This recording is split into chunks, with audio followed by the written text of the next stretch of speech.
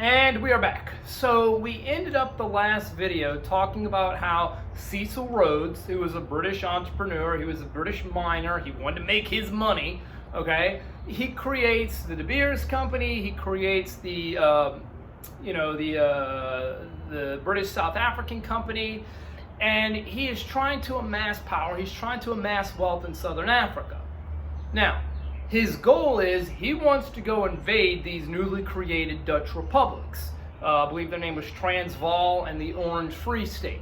So he wants to go up there because he knows there's gold there, he knows there's diamonds there, and it can acquire him a lot of wealth. So this is going to trigger what is called the South African War, or sometimes it's called the First Boer War. Regardless, it's the first war of the 20th century. It's one of the first wars to use, I think it is the first war to use a machine gun. So we have a lot of European technology that is being introduced into this war. Now, when the war began, the British South Africans advanced, okay? Their attempt to go and conquer the Dutch republics, it fails. The Boer republics, they withstand the onslaught, they stop it, and then we see things devolve into guerrilla warfare. Now, when the Chartered Company's army fails to take the area, the English government decides to protect its own economic interests, and they send soldiers in. So, I mean, you had the company soldiers, now you have English soldiers, okay? And then they're fighting the Dutch. Now, the Boers aren't stupid. They know they can't go mano a mano, man to man with these English soldiers. So they end up practicing guerrilla tactics. They start blending in with the local population. They're not wearing a uniform, but if they see like an Englishman there, maybe they go and shoot and kill him, and then they blend into the local population.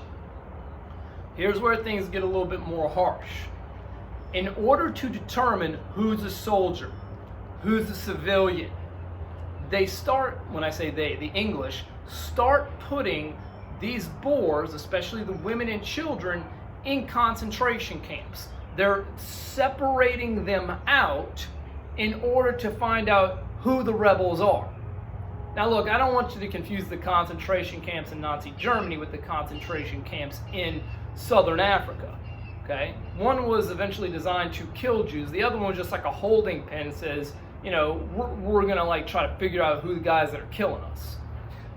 It doesn't make it any less more deadly though. We're going to see that there's going to be several thousand Boer women and children are going to die of disease in these camps. So it's not pretty. Furthermore, you're going to have at least 20,000 Africans on both sides dying in this conflict. Okay? Now, we do eventually see the English win the South African War, the First Boer War, but it comes at a pretty high cost. In response, they're going to create what's called the Union of South Africa.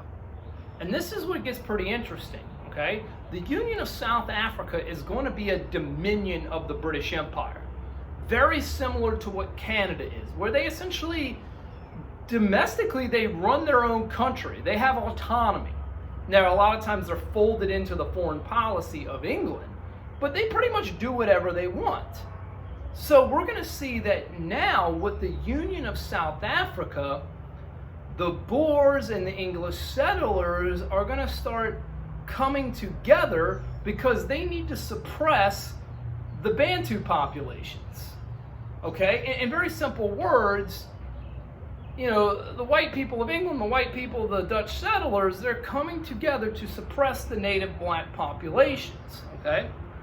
Because they both need them. They both need those African populations, essentially for cheap labor, okay? Now, here's where we're going to go to next. 1913, okay? The South African Parliament, who is all white, by the way, there is no black African representation in the South African Parliament, okay? They pass what's called the Native Land Act. Now, essentially what the Native Land Act does, it restricts black Africans, Bantu areas, to living to certain areas. And typically it was very rural, it was very impoverished, it was not good areas to live in. And it almost forces these black populations in South Africa to come to cities in Southern Africa to work for whites for a very cheap wage. Okay? Whether it's the farms or the mines or in the cities. Okay? This is the beginning of something that is going to be very famous in the 20th century. This is really the beginning of the apartheid system in South Africa. Okay? And that's going to be, essentially the formal separation of black and white in South Africa. Okay? All right, we're going to come back and we're going to talk in the next video. We're going to talk about how the Africans tried to resist colonial control. See y'all later.